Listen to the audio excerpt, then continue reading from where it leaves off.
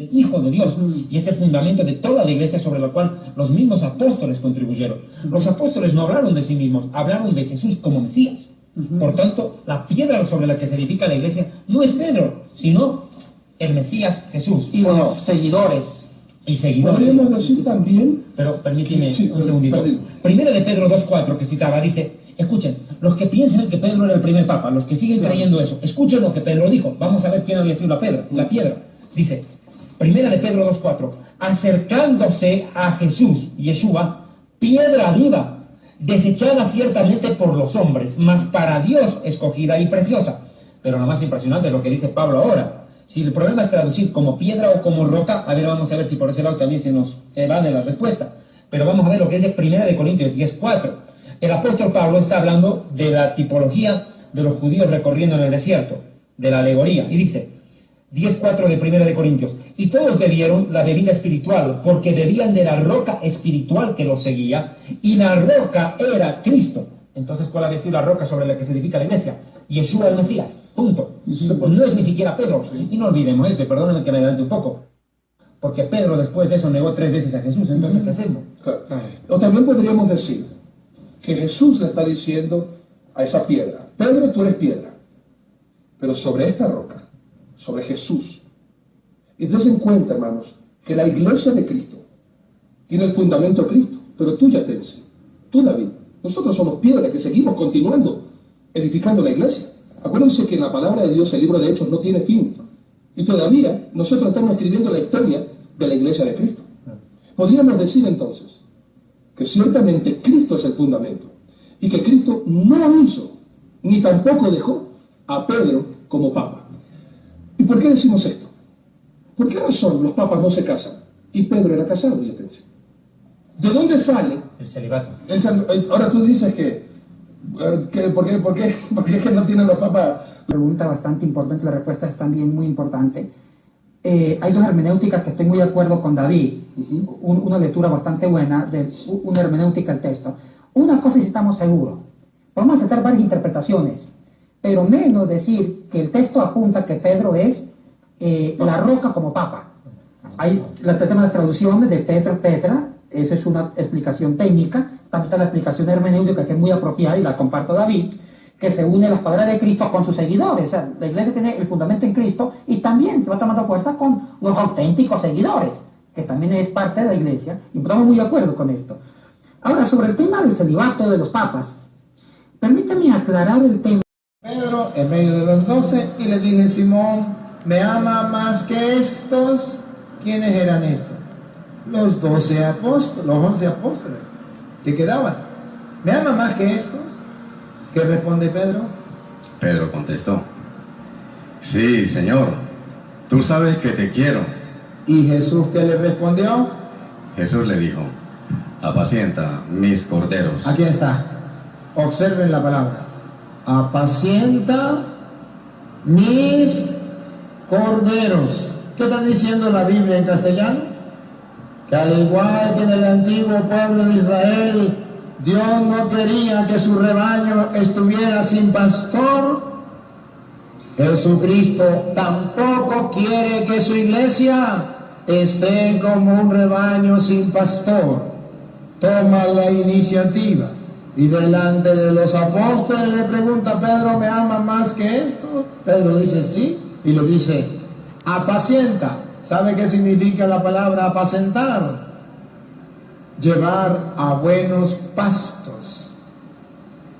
Apacentar, llevar a buenos pastos. ¿Y quién llevaba a buenos pastos las ovejas o los corderos? El pastor. Cuando Jesús le dice a Pedro, apacienta mis corderos, lo está nombrando pastor. Pedro no se autonombró pastor, lo nombró Jesús. Dentro de la iglesia católica nadie se nombra pastor. Nadie funda una iglesia.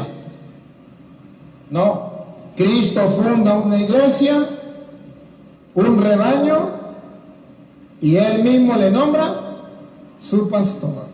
Y después, como lo hizo con Moisés, después de Moisés vino Josué, le impone las manos para que siga el pastor dentro de la iglesia. Pedro me ama más que esto, apacienta mis corderos. ¿Y qué significa mis corderos?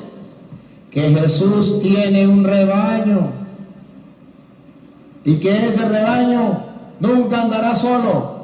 Hay un pastor que se llama Pedro. ¿Y cuál es la única iglesia que tiene ese pastor que Jesús dejó a su rebaño, que se llama Pedro? La iglesia católica. Y para que ustedes vean la importancia que Cristo le da a ese pastor dentro de la iglesia, la importancia que le da, que no quiere que su rebaño esté solo, van a observar que Jesús le va a decir a Pedro por 3 veces que él es el pastor. ¿Por qué por 3 veces? Para que quede claro, clarito y clarito, como la vuelta en Táchira en bicicleta por el Tormes. ¿No la han escuchado? Así. Escuchen la segunda, dale. Le preguntó por segunda vez: Por segunda vez. Simón, hijo de Juan, ¿me amas? Pedro volvió a contestar: sí, Señor, tú sabes que te quiero. Jesús le dijo: cuida de mis ovejas. No solamente le digo apacienta, ahora le digo cuida. ¿Qué es apacentar?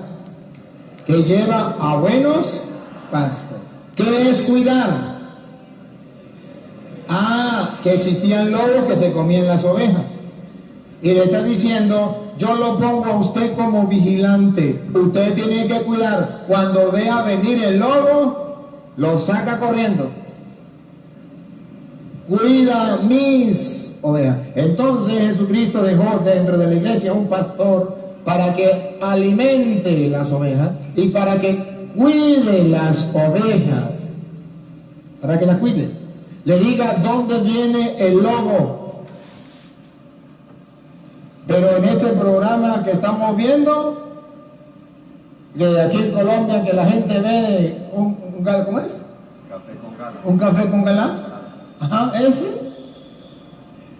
Parece que ahora aparecen las ovejas, quieren cuidar al pastor.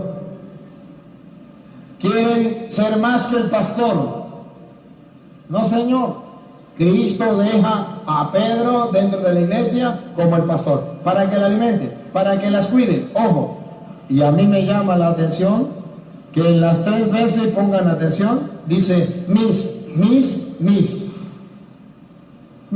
¿Y qué significa mis? Se lo traduzco en castellano. Las ovejas mías de yo las apacienta Pedro. Las que no son mías las apacienta Martín Lutero, Carlos Parán, José Smith o cualquier otro pastor que no sea Pedro.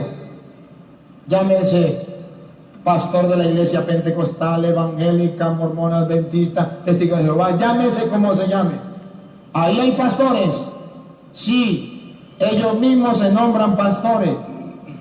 ¿Pero será el rebaño de Cristo? No, porque el rebaño de Cristo está descifrado cuando dice mis. Las ovejas mías de yo ya tienen un pastor que se llama Pedro. Y si usted no se deja guiar por ese pastor, usted podrá seguir siendo oveja, pero no de ese rebaño. No de las ovejas del rebaño de Cristo, no de las mías. Será ahora de otro rebaño. Por eso ustedes verán que en Juan capítulo 10, versículo 10 en adelante, Jesús dice: yo soy el buen pastor y el buen pastor da la vida por las ovejas. También tengo otras ovejas que no son de este rebaño, es decir, son los protestantes. A esos también hay que traerlos. No digo váyanse con ellos, digo hay que traerlos. semana predicando por el mundo la palabra de Dios, tal como el Señor la dejó, para que esas ovejas vuelvan al...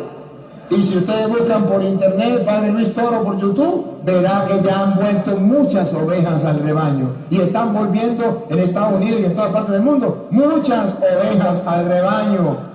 ¿Por qué? Porque